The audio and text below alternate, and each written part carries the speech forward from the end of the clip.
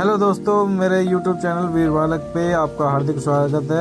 भारत के 12 ज्योतिर्लिंग के दर्शन करने के लिए अगले जन्म में आपको प्राप्त होता है, तो अगले जन्म में प्राप्त होता है और फिर आपको सब कुछ सुख समृद्धि वैभव मिलता है और आप उसमें भरपूर आनंद लेते हो। लेकिन उसमें से आगे को कोई कर्म नहीं करते हो तो वो पुण्य कर्म क्षीण हो जाता है और फिर आपको जीरो में आ जाती है। तो मैं कहानी के माध्यम से आप इस बात को सुनाना चाहूंगी कि एक बार एक सेठ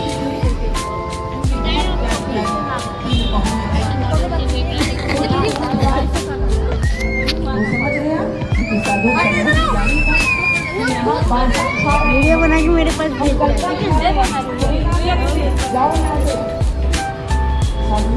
YouTube पे जाएगा। देख लो, देखते चलो। मैं तो इतना सब कुछ लगता हूँ, इतनी सारी फैसिलिटी मैंने दी हुई है। उन्होंने बुलाया अपने संधि को, ले जाओ अपने बेटी को, ये तो हमारी बदनामी कर रही है, इसलिए हमें नहीं चाहिए आपकी ऐसी बेटी।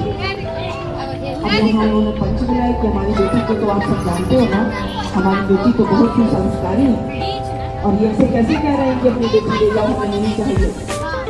तो बहुत बड़े सब लोग पंचायत बैठी, पहले ऐसे ही होता था, पंचायत बैठती थी, कायदा होता था, नारी को भी हक मिलता था। अब तो सीधे कोर्ट में पहुंच जाते हैं, जहाँ कोई पंचायत होती थी सालों साल, दोनों परिवार बर्बाद हो जाते हैं। पहले ऐसे नहीं था। कितना सुंदर वो समय था, पंचायत बैठी बोले संस्थल ऐसा क्यों हमारी बदनामी कर रही है आपकी बेटी? आधा पीछे कहाँ है? चलो उसे बुलाया जाए, उससे भी पूछा जाए कि बात क्या है, आपने क्यों बोला? बेटी आई, पूछा गया, साधु का बोला कि हम ऐसा खाना खा रहे हैं और उपवास करेंगे क्योंकि तब कुछ बचेगा ही नहीं, तो उपवास ही करेंगे। ज्योतिर्लिंग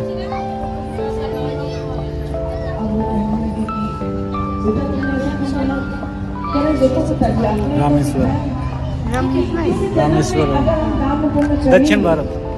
अगले जन्म में करेंगे, होता है ना, पता नहीं मेरे किस जन्म के कर्म ऐसा जीवन मिला और ऐसा भोगना पड़ रहा है, होता है ना, बोलते हैं ना, उसको तो हमारे सनातन में तो अच्छा माना जाता है। आज तो और आगे के जन्म को हमसे बहुत अच्छा मानते हैं और इस जन्म में किसी से यही करते हैं, अगला जन्म हमारा पूरा वीडियो बनाते जा रहे हैं। कहीं हमने इस कर्म की गलती की और जो हम गलती को कहीं के बाद समझा कि कैसे हम अपने आगे और पीछे के लोगों को हम करते हैं।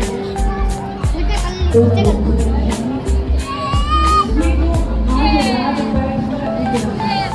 ये जो हमें दिख रहा है, ये दिख रहा है, इस बात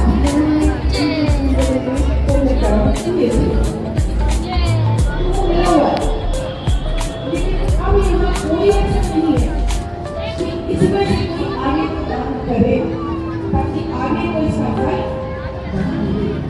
क्योंकि उसी में बीज में से जो फल मिला है और फल से ही फूल से ही बीज मिलता है और बीज होने से अगला फिर एक बड़ा वृक्ष इंसान हमें अगले जन्म में जाके मिलता है।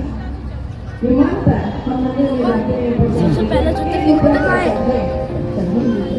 क्यों ये होता है से कर्म समझते हैं, एक बीज बोने का एक धर्म का कर्म समझते हैं, इसलिए बोलते हैं ताकि हमें अगले मिलेगा कि ये हमें अभी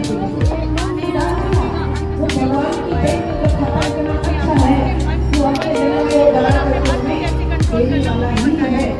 पता नहीं क्यों बताया परमात्मा कौन है, आपने दूसरा पार्ट पढ़ा वो भी बताया, उसमें 18 अध्याय में और जब उसका मैंने आपको शॉर्ट से समझाया है ना, ये 70 होता है 90 का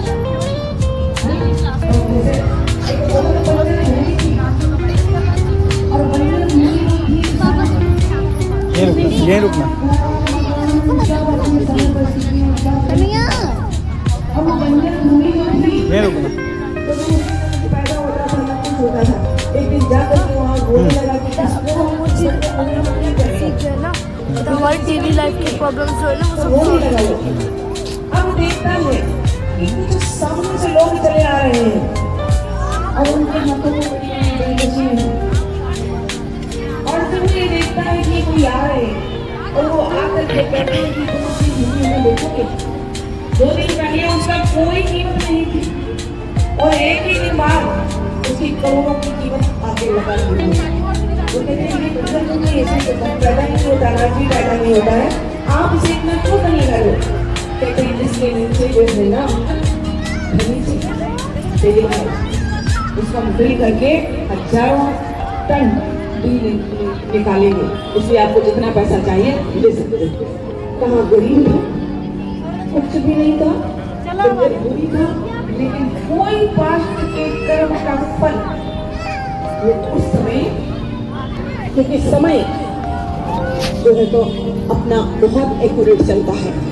हमारे कर्म का फल वो समय के गोद में इतना अच्छा संजोया हुआ रहता है कि वो समय पर अपने आप ही हमें दे देता है। ये प्रकृति भी बहुत सुंदर हमारी माँ है कि हमारे कर्मों के फल